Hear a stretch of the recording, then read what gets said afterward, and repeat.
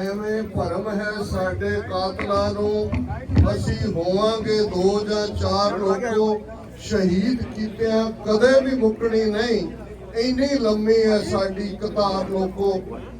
ਅੱਜ ਸ਼ਹੀਦ ਭਾਈ ਹਰਦੀਪ ਸਿੰਘ ਨਿੱਜਰ ਦੇ ਸ਼ਹੀਦੀ ਅਸਥਾਨ ਤੇ ਝੁਲਾਇਆ ਗਿਆ ਖਾਲਿਸਤਾਨ ਦਾ ਝੰਡਾ 35 ਮਿਲੀਅਨ ਸਿੱਖ ਨੇਸ਼ਨ ਦੇ ਜਜ਼ਬਿਆਂ ਦੀ ਤਰਜਮਾਨੀ ਕਰਦੇ।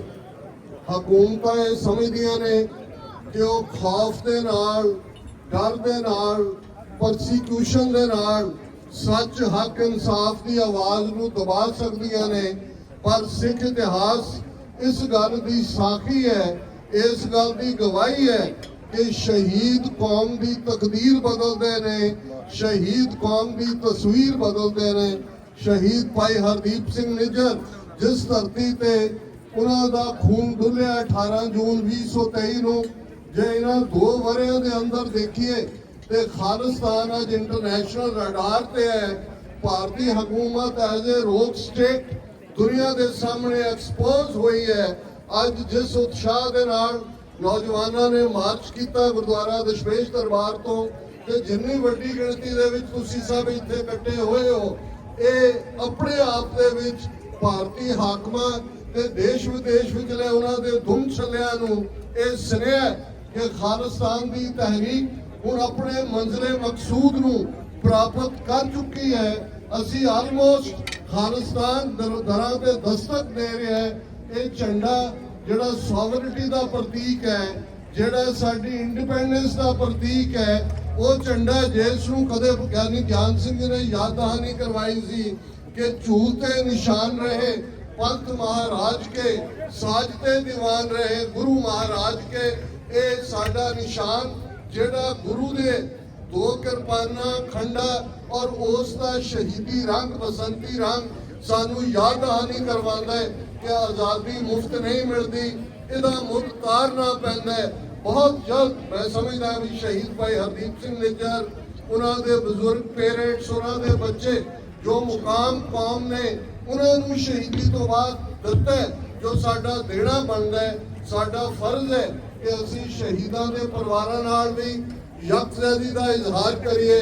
असी अपने अंदरले दुश्मनों को भी पछाणीए। इत्थे हमला करने लई उन्होंने कोई हिंदू या मुसलमान को नहीं भेजना, साडे वर्गियां शक्लां वाले। और जिहड़ा साडा दुश्मन है वो मुगलों तो वध जालिम है ते अंग्रेज़ों तो वध शैतान है। ये मैसेज अज इस धरती तो जा रहा है। साडी टीवी 84 की सारी टीम इस मुकाम के उत्ते इस इवेंट को कवर कर रही है। लखां की गिणती विच अज ये मैसेज दुनिया च जा रहा है भारत के हाकमां नूं कि अज इस मुकाम ते खालिस्तान का झूलदा झंडा एक मैसेज दे रहा है कि बहुत जल्द दरियाए जमुना तो वाघा तक इंडिपेंडेंट सॉवरन नेशन खालिस्तान एक रियलिटी होएगा। कीता जुल्म औरंगे पर सरदार कदे भी मुक्के ना, नाल पले ए खून दे बूटे अहमद शाह तो सुके ना, काफले ए सिरलथा वाले अंग्रेज़ों तो भी रुके ना। मुक्ति गल के अजे तीक ए किसे अगे भी चुके ना। इहो जिहा मर जीवड़ियां नूं की करना इन्हां सरकारां ने। जिंद धर्म दे लेखे लाउणी सिक्ख्या है सरदारां ने।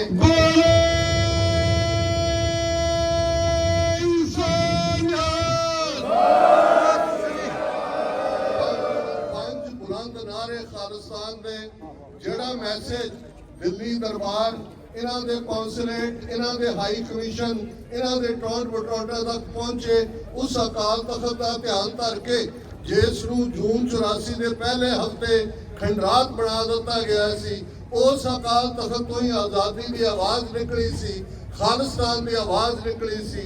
अकाल तख्त तो आई आवाज खालिस्तान, खालिस्तान। अकाल तख्त तो आई आवाज खालिस्तान, खालिस्तान। अकाल तख्त तो आई आवाज खालिस्तान, खालिस्तान। अकाल तख्त तो आई आवाज खालिस्तान, खालिस्तान। अकाल तख्त तो आई आवाज खालिस्तान, खालिस्तान। वाहिगुरू जी का खालसा।